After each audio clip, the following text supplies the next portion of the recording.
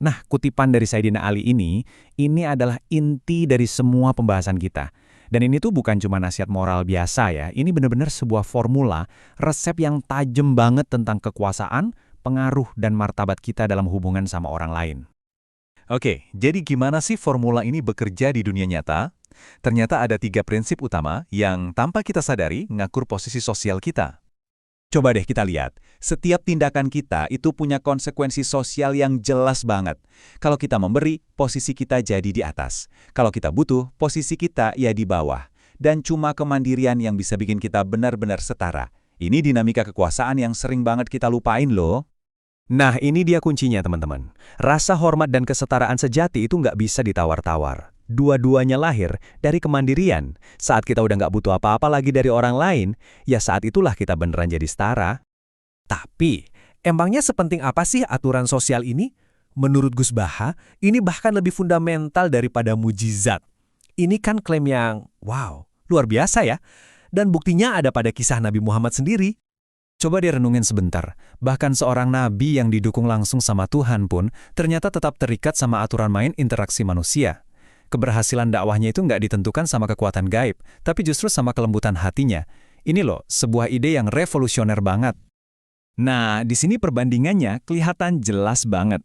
Mukjizat itu bisa menembus hukum alam, tapi bahkan mukjizat pun nggak bisa menembus hukum sosial.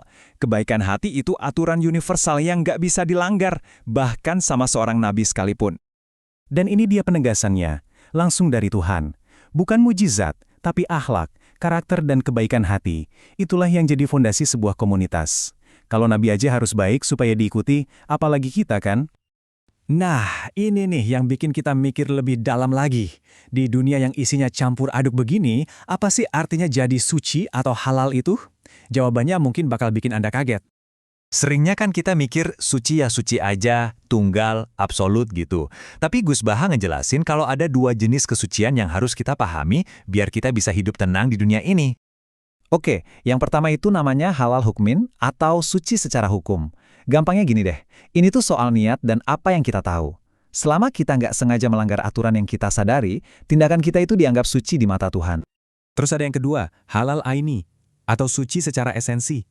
Ini kesucian yang mutlak, benar-benar murni dari zat sampai sejarahnya. Dan ini dia poinnya. Kata Gus Baha, yang kayak gini tuh hampir mustahil kita temuin di dunia kita yang serba terhubung dan campur aduk. Biar lebih kebayang, kita lihat contohnya ya. Uang di dompet Anda secara hukum atau halal hukmin itu boleh Anda pakai. Tapi, apa Anda tahu sejarahnya? Halal aininya gimana? Jangan-jangan uang itu pernah dipakai buat hal yang nggak baik? Nah, filosofi ini ngajarin kita untuk fokus ke kolom pertama aja, ke apa yang bisa kita kendalikan, niat dan kepatuhan kita pada aturan. Ada cerita keren nih dari Raden Asnawi, ini contoh yang pas banget. Beliau itu nggak sengaja makan daging terlarang. Secara esensi atau ainnya dagingnya haram. Tapi karena beliau nggak tahu dan niatnya bukan untuk melanggar, secara hukum atau hukmin, beliau nggak berdosa. Penekanan itu di niat dan pengetahuan bukan di kesempurnaan materi. Jadi, ini kesimpulan besarnya. Agama itu menuntut kita untuk patuh sama hukum yang praktis, yang hukmin. Bukan malah nyuruh kita ngejar-ngejar kesucian esensial atau ainoin yang mustahil. Ini tuh ajaran yang justru membebaskan kita, bukan malah membebani. Oke, terus gimana dong cara kita menerapkan semua ini di kehidupan sehari-hari?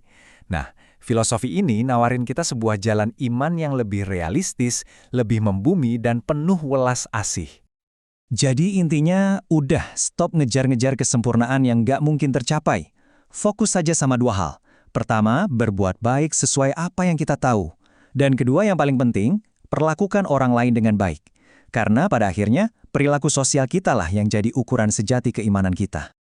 Dan ya, kita balik lagi ke titik awal, persamaan sosial. Kalau kebaikan kita diukurnya dari cara kita ke orang lain, bukan dari kesucian materi yang mustahil, pertanyaannya jadi sangat praktis buat kita semua. Apa satu tindakan nyata yang bisa kita lakukan hari ini untuk jadi pemimpin, bukan tawanan, dalam hidup kita?